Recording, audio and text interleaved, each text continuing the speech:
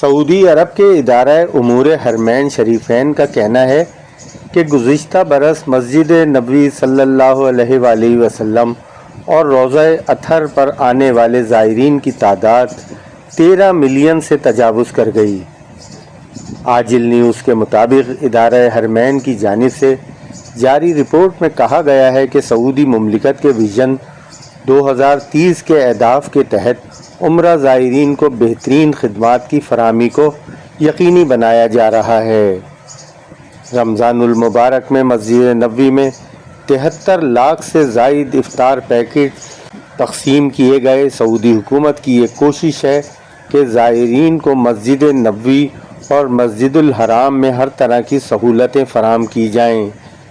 زائرین کی رہنمائی کے لیے رضاکاروں کے علاوہ گائیڈز بھی دستیاب ہیں تاکہ وہاں آنے والوں کو کسی قسم کی دشواری کا سامنا نہ کرنا پڑے۔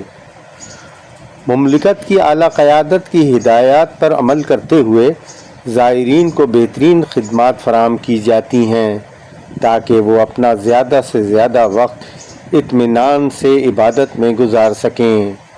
مسجد نبوی کی انتظامیہ کی جانب سے زائرین کی سہولت کے لیے نسک اور توکلنا ایپ کے ذریعے ریاض الجنہ میں نوافل کی ادائیگی کے لیے فراہم کی جانے والی اپائنٹمنٹ کے نظام سے زائرین کو سہولت ہوئی اور وہ آرام سے اپنے مقررہ وقت پر وہاں آئے اور یکسوئی کے ساتھ عبادت میں مصروف رہے۔